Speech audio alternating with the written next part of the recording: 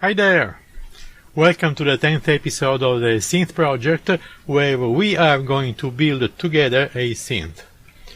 Now that we have seen various pieces of the VCO and we have tested their individual properties, today we will look at the VCO schematic in its entirety. We will go through all its inputs and outputs, and as well as controls and the tuning points. And since we have the whole list of elements that are going to be placed on the front panel, we will also be able to design the panel itself and 3D print the case for the VCO module. Let's begin! Hi there! I am Carlo Carrano, and this is Electronics Engineering Made Easy.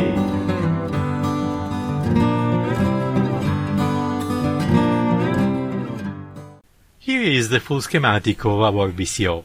It really seems very crowded, but you'll see that it is actually very easy to understand if we look at the various parts individually. So let's start from the upper right corner of the schematic and let's see what we have. The first thing to notice are these 4 op-amps that work as output stages for the pulse signal, the saw signal, the square signal, and the triangular signal. The 2 op-amps on the top are part of the same IC coded LM358. The other 2 op-amps are part of a second IC of the same type. These output stages all work the same way. Looking at the one on the top, we can immediately notice the 2 capacitors C7 and C8, which provide the filtering of the supply voltage. Since the second op-amp is part of the same chip, it does not show any connection to the power supply, and in fact it is the same as the one of the first op-amp. The first stage has at its input capacitor C11, which is used to remove the DC component of the signal. The capacitor is connected on the left to pin 30 of the SSI2130, which is the pulse out pin. And you will probably remember that the actual output of the SSI2130 has a DC component attached to it, and this capacitor gets rid of it. On the right side of the capacitor we see resistor R3, which along with the resistor R7 provides a negative feedback that causes the op-amp to have a gain of about 2. This gain is necessary to increase the 2.5 volts output of the SSI2130 to the 5 volts peak-to-peak that we decided to have on all the analog outputs. The second stage, made with the other half of the IC 1.1, works exactly the same, but it is connected to pin 29, which provides the saw and ramp signals. Moving down on the schematic, we find the 2 op-amps that are part of the second LM358, here named IC2.1. The first of these 2 op-amps is connected to pin 28 of the SSI2130, which provides the square wave. This output, however, is an open collector, and so we need to polarize it through these additional resistors R17 and R25. Op-amp IC2.1.2 works the same as the first of these op-amps, and it is used at the output stage for the triangular signal. As an added bonus, all these op-amps also provide a very low output impedance that will allow us to extract up to 20 mA without affecting the shape and the size of each output signal. All these signals go to the posts P3, P4, P5 and P6, which will be connected to jack sockets on the front panel, from which the signals can be extracted. Going down on the schematic, we find another LM358, which provides output adaptation for the SSI2130 mixer output and sine wave output. The upper op-amp, used for the mixer output, is just a voltage follower to lower the impedance of the SSI2130 output. Resistor R27 is used to correctly polarize pin 25, as required by the datasheet on the SSI2130. The mixer output signal does not have a DC component in it, and so there is no need for a capacitor in front of the op-amp to remove it. Also, the output voltage itself is already capable of providing a peak-to-peak amplitude of 5 volts max. The op-amp labeled IC4.1.2 is used only to adjust the impedance of the sine wave coming from pin 24. The signal on pin 24, like the mixer output, has already a 5 volts peak-to-peak level with no DC component, and so the op-amp is there in a voltage follower configuration just to lower the output impedance. Still here on the bottom and on the left of these op-amps, we find post P15, which will be connected to an input jack socket on which we can inject a sync signal for the SSI2130 oscillator. And as with all the input analog signals that we will treat in this synth, we have a decoupling capacitor, which is C23 in this case. And in this case we also have a resistor R27 of 10K as required by the datasheet. The sync signal is extracted between the two leads of this resistor and injected directly on pin 17. In the case there is no sync signal, resistor R37 will take care of keeping pin 17 stable to ground to avoid affecting the oscillator when the sync is not needed. Going up a little, we see a bunch of resistors from R31 up to R36 with apparent no meaning. But, if we take a close look, we can see that these components all lead to pin 21, which is the linear control voltage input of the SSI2130. Resistors R31, R32 and R33 connect the pin to the voltage reference to establish the minimum frequency that is supposed to come out from the IC. Resistors R34, R35 and R36 work with the previous resistors as a simple voltage mixer which can add on top of the reference voltage another variable voltage to modulate the oscillator in frequency. This voltage comes in fact from post P14 connected to the input jack socket labeled FM or frequency modulation. Here is where we can inject the analog signal coming from an LFO to obtain the vibrato effect on the output signals of the SSI2130, which basically is a slowly changing of the output frequency around its current value. The depth of the frequency modulation can be adjusted through RP3, which is a potentiometer that will be available on the front panel. And finally, C22 completes this part of the circuit, removing any DC component from the input FM signal. Resistors R29 and R30, along with the two-input R28, are used to inject a constant voltage on pin 22, which is a fraction of the voltage reference. This constant voltage is used to tune the shape of the exponential converted curve at the low frequency of the whole band. R28 will need to be tuned once the whole VCO is built, along with another two-input that will be used to tune the upper range of frequencies of the exponential converter, which we will see later in this schematic. On the left side of this group of resistors there is also pin header H1. This header will be connected to a switch on the front panel that will allow us to select between the ramp and the sawtooth signals that are available on pin 29. Above the two-input for the tuning of the exponential converter, we find R26 and C21, which are connected in series to pin 26. These two components are those that provide the necessary frequency compensation for the exponential converter, as it required in the datasheet of the SSI2130. On the top of the schematic, we find another potentiometer, RP2. This potentiometer is a manual control to modify the duty cycle of the pulse signal.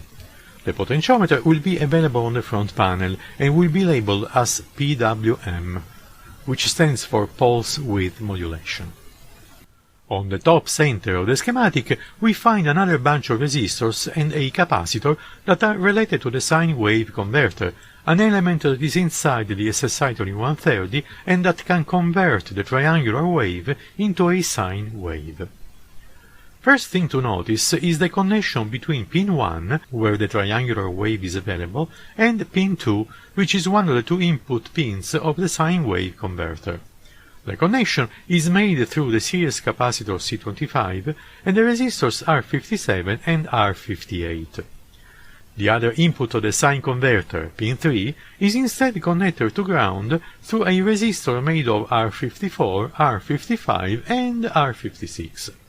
Note, however, that a similar set of resistors is also connected between ground and pin 2, and those are R51, R52 and R53. Right to the left of this group of resistors we find the posts P11, P12 and P13, which represent the three available inputs for the exponential frequency control voltage, which is situated on pin 7. The resistors in between the posts at pin 7 are there to mix together up to 3 CV signals that can be applied to the VCO. A fourth set of similar resistors, R15 and R18, add yet another mixing channel to the previous three. This channel is controlled manually through a multi-turn potentiometer. This potentiometer can be adjusted to set the minimum frequency that the VCO can produce, so it basically works as a transpose control, so the VCO can be tuned against another instrument if so desired. And finally, there is one last channel in this passive mixer made of resistors R49 and R50, which brings the voltage adjusted by trim-input R48 into the expo CV input. The trim-input takes a voltage coming from pin 6, reduces it, and injects it into the passive mixer. This one is the component that provides the tuning of the exponential curve at high frequencies, and that works along with R28 used to tune the curve at the low frequencies. Once again, we will see how to do the tuning of the exponential curve once we build the whole VCO. Let's now take a look at the connections of the SSI2130 on the lower left of it. We have 5 3-pin headers that will be attached each to a pair of potentiometer and jack socket on the front panel. They will be used to control the volume of each of the 5 channels of the active mixer inside the SSI2130. Since these 5 channels are made out of 5 VCAs, the volume control happens simply with the use of a control voltage. The control voltage will be provided by these potentiometers, and so the volumes can be controlled manually. However, there will be also the option of providing the control voltage externally, for example through an envelope generator and a DSR generator. If an external control voltage is applied through the jacks, the corresponding potentiometer will be mechanically disabled through a switch that is part of the jack socket itself. Let's now go to the left upper corner of the schematic. On the very corner we find the power supply header, which will draw the supply voltages from the rack power rail. I have also added a 2-pin post connected to the ground of the circuit for convenience, in case we needed to connect to ground the panel EM shield. Moving below, we find 2 more op-amps, part of the IC LM358, marked with the label IC3.1. These 2 op-amps are configured to act as a voltage limiter, to prevent the input signals coming from P7 and P8 to reach pins 4 and 5 of the SSI2130 if they exceed an amplitude of plus-minus 2.5 volts. If you remember the previous episode, we used the nonlinear characteristic of the white LEDs present in the negative feedback of the op-amps to allow signals that are smaller than 5 volts peak-to-peak to pass unaltered, while signals higher in amplitude are limited to the max allowed signal amplitude for the pins 4 and 5 of the SSI2130. Last but not least, we have the voltage reference generator in the lower left corner of the schematic. It simply takes the available 12 volts, it reduces it and stabilizes to 10 volts, and then this voltage is further lowered to 2.5 volts by the trim-input R1, which then passes the lowered voltage to the op-amp MUA741 that acts as a voltage follower to reduce the output impedance of the voltage reference. All the capacitors you see in this circuit are there to further level the voltage and to clear it of any possible noise introduced by the resistors and by the Zener diode itself. We do need this voltage to be as stable, precise and clean as possible because the stability of the VCO depends really on it. And now that we have gone through the whole schematic, here is a preview of the dual-layer PCB that I designed for this project. This is the upper side, where you can see the tracks and the seat layer. And this one is the lower side, with further tracks to connect the remaining components. Given the complexity of the PCB, I decided to make it done for me by the company through which I normally go. I'll also provide you with all the necessary Gerber files, so you can order your own PCBs if you like. Just look at the links in the video description below. And that's all. You can see now why I initially said that the whole schematic, although crowded, was not difficult to understand. There are several parts, but all of them are small and easy to analyze if taken apart from the rest of the circuit. Let's now take a look at the module case, and specifically at the front panel. If you were to go back to the schematic and count all the potentiometers and the jack sockets that are supposed to be available on the front panel, you will certainly realize that there is a lot to put and to be controlled. I therefore tried to make the panel as friendly as possible by grouping together the elements that are part of the same functionality. The grouping will be even easier to figure out once the panel will have its own decals on it. For now, let me show you the rendering of the entire module case through the CAD program I use, which is called OpenSCAD. I designed the panel in such a way that can be 3D printed with my ANET A8. I will also make available to you the CAD file and the STL file, but of course you are free to make your own case and the panel any way you like. This is just how I decided to do it. The front panel will be divided in two sections, upper and lower, which are delimited by the graphics that will be later placed on the panel itself. The upper section is the one that handles the 5-channel mixer with its VCAs. The holes on the top row are those for the potentiometers providing the control voltage for each channel. The holes on the second row are those for the jack sockets that can be used to introduce an external control voltage, which will automatically exclude the voltage from the potentiometers. On the left side of the third row we have the holes for 2 more jacks. These are the inputs for the 2 auxiliary channels of the mixer. On the right side of the third row there is instead the output of the mixer itself. The hole in the center of the fourth row is the one for the transpose potentiometer, which is going to be a multi-turn potentiometer with a dial that can count the number of turns.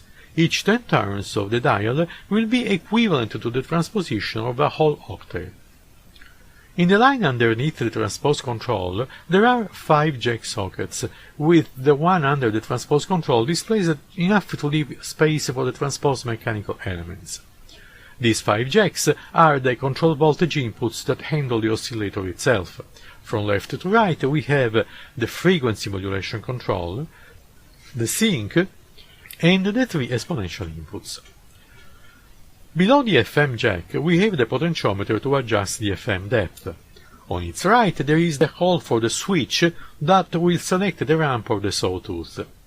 And on the far right of the same row there is the potentiometer to adjust the duty cycle of the pulse signal, the so-called PWM control. On the last row we have the direct outputs of all the signals generated by the VCO. And from left to right we have the triangular wave, the ramp and sawtooth wave, which is controlled by the above switch, the square wave, the sine wave, and the pulse wave, which is right below the PWM control. And here are the printed pieces of the whole module case, the main body and the 2 wings to attach the body to the rack rails. The wings will be glued directly to the upper and lower sides of the body.